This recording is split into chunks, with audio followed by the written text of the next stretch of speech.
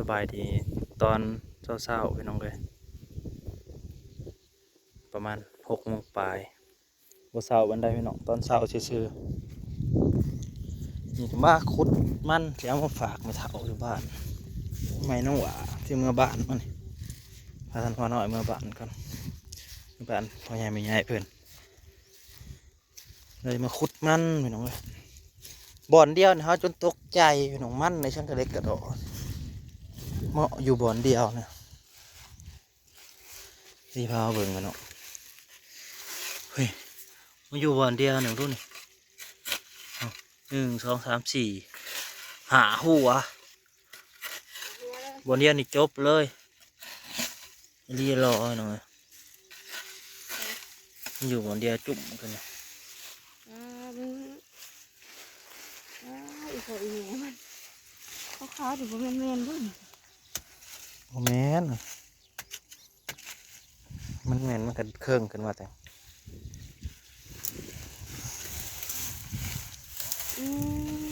ทำให้เราปลูกไว้เนาะเราทำให้มันมาเลี้ยนกันไว้ขุดไปก็ได้หลายเต๋อเลยเนาะโอ้โหมันมีแต่ความงามติดกระเถาหัวมาที่เสาซับน้ำมันน้ำงามไปเลยยาแน่นี่พืชมีหัวหนึ่ง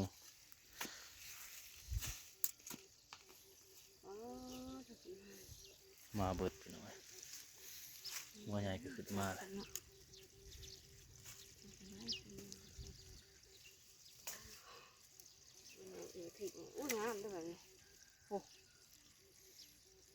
ก้นมันเน่าป่ะจ๊ะเลาะไปเห็นก้นสาเน่า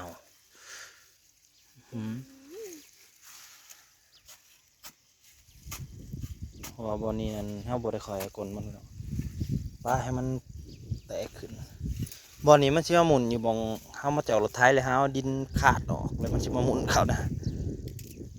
เขาหมุนเขาบนเดียวนี่แหละมันเฮาขาดหน้าแล้วเฮาออกจากขาดถ้าเดี๋ยวมากองอยู่นี่เพราะว่ามันบ่พังงะขึ้นปอถั่ว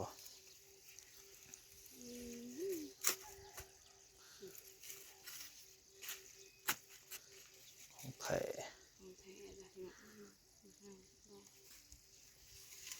มันอยู่ในแถวขามันมีอยู่เนี่ย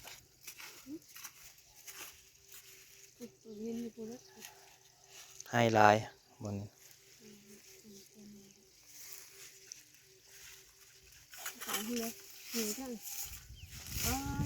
นี่อย่างนี้แต่งะไอ้แค่นี้แมนแล้วได้น้ำหมุนจะคันปูอยู่ดูพี่น้องคมเอามาแม่นแล้วได้มีแต่หัวมาได้น่ะก็จะเห็นมาหัวนี่เหลือขึ้นเพิ่มให้เหลือได้ขึ้นมันแต่เจ้าถูกมันจะหัวเนาะมีประมาณ3 หัว 4 หัวป่อเนาะลงมาอยู่นี่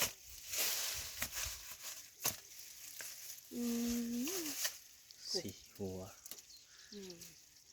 มีลูกมีเต่ามีลานมีเลนหาหัวกูช่องหมอง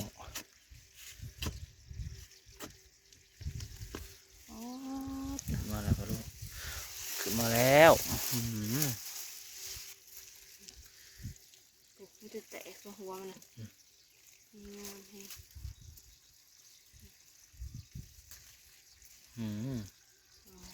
มันมีแม่มาได้ป่ะนี่แม่มันตัวนี้ป่าแม่มันนะปุ๊บกะลีดูลูกปลาลุงปุ้ยหัวใหญ่เลยดิเด็ดเลย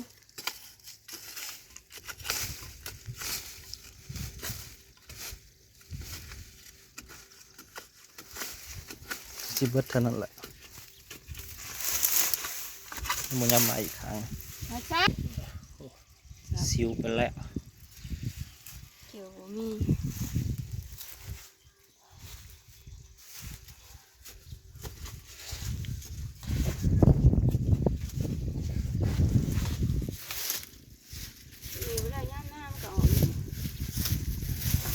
มันเหม็นอยู่บ่โจมันเป็นมันเหม็นอยู่บ่ ซีเมนต์เขามันเลยงานกันด้วยก็มาซีเมนต์ยันโบแมนเด้ซับสายไฟเด้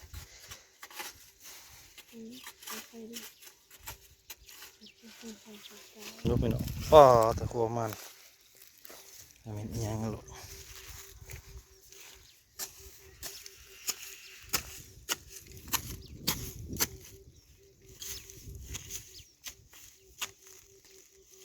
นี่มากสายยังมันสายยังไงเคยมันสามัน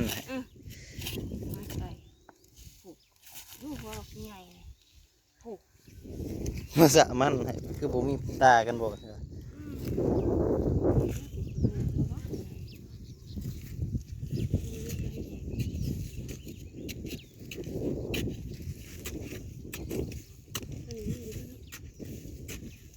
นี่หรอ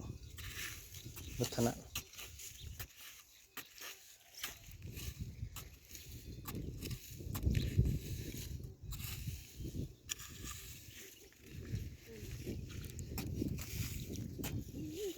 เหยียบไปเหยียบมาท่านกับเพื่อนมั่งดู เหยียบไปเหยียบมาอยู่โอ้ยผู้หายเนาะ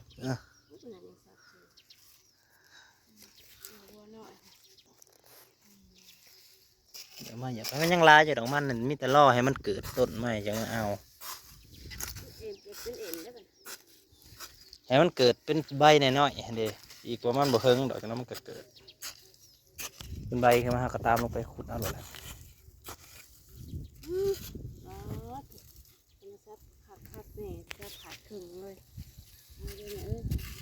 ดูนะ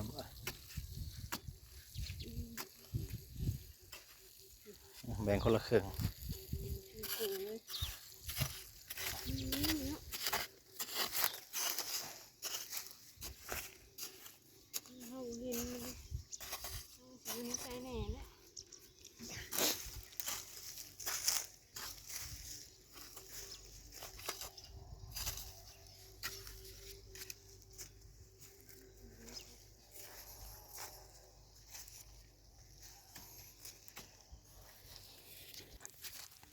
หมดสูกันพี่น้อง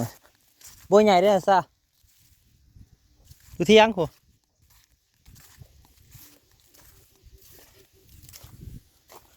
หดพักน้ำมันก็ปล่อยลงอีกแล้ว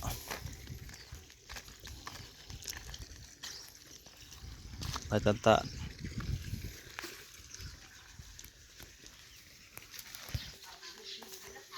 เท่าแม่ก็ลงจำหันให้ก็มาพี่น้องมันนี้มือแร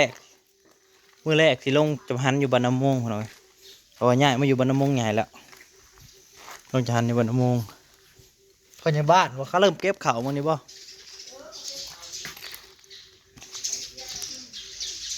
เก็บเข่า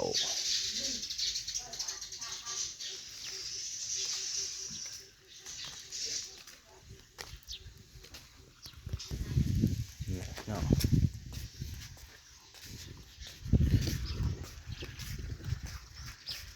อยู่หน้าอยู่หัวอยู่สวนนั่นแหละบรรยากาศบ้านเฮาฮดกระโพดกับน้องปลูกแต่เพิ่งยังไม่ทันออกจะต้องรอเบิ่งแต่ก่อนท่านบอกออกก็จะได้ลงใหม่มากระโพดในมันซื้อมาแต่ปีที่แล้วมันเหลือหลายก็เลยเสียดายว่ะ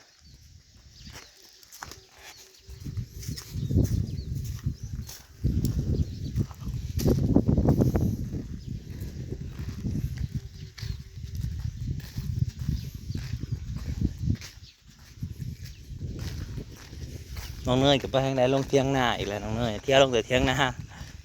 ละมือโอ๊ตเอาจากนั้นมันก็ขึ้นมาสูงดอกน้ำก็ตักง่ายๆท่านี่กำลังขึ้นมาไกลสิได้ง่ายๆแล้วมืออื่นมือแรงก็ขึ้นมาสูงเติบแล้วกินยังลาตักเนี่ยอันนี้ก็ขุดมันต่อไปไปหน่อยยังแล้วผู้เด็กกระตาคือผู้หิวมากถั่วปีเย็นนี่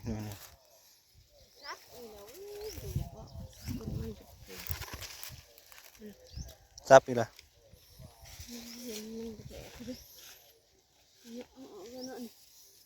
มือเราเห็ดพันไม่ได้เด็กได้เลยเราอยากได้เองไงมันจะมีแต่วัดเครื่องแล้ว เต็มกระตาอยู่แล้วน้องว่าสิบ่ได้เท่าไรก็เต็มกระตาคือเขามันน่ะลายทั้งผูกกะลายนะทั้งต้นกล้วย2ต้นน่ะขุดมีแห่งกระลงหัวลายนะหั่น ไม่ได้เอาไปแต่ว่า เนยเอาไว้ใส่ข่อยไป เต็มตาแล้วก็ลูกเลย เตรียมตา ดูว่าง่าย ตัวหัวโอ้ยหัวกระปั่น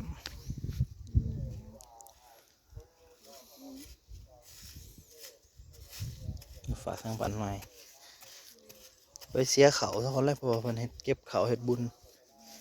เสียเขาเสียเงิน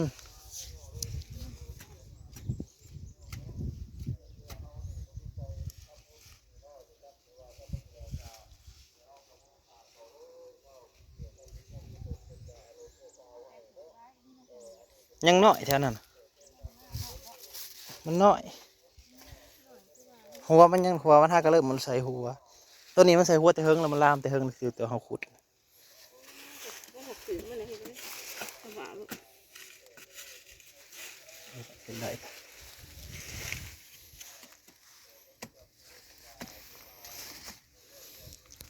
พอกันใหม่เป็นเอาไว้ปุ๊บแต่จะอ่อนหัวมันเด้อื้อหืออื้อหือหัวมันเป็นเอาไว้พอกันใหม่เด้อได้หดกระโพดสักก่อน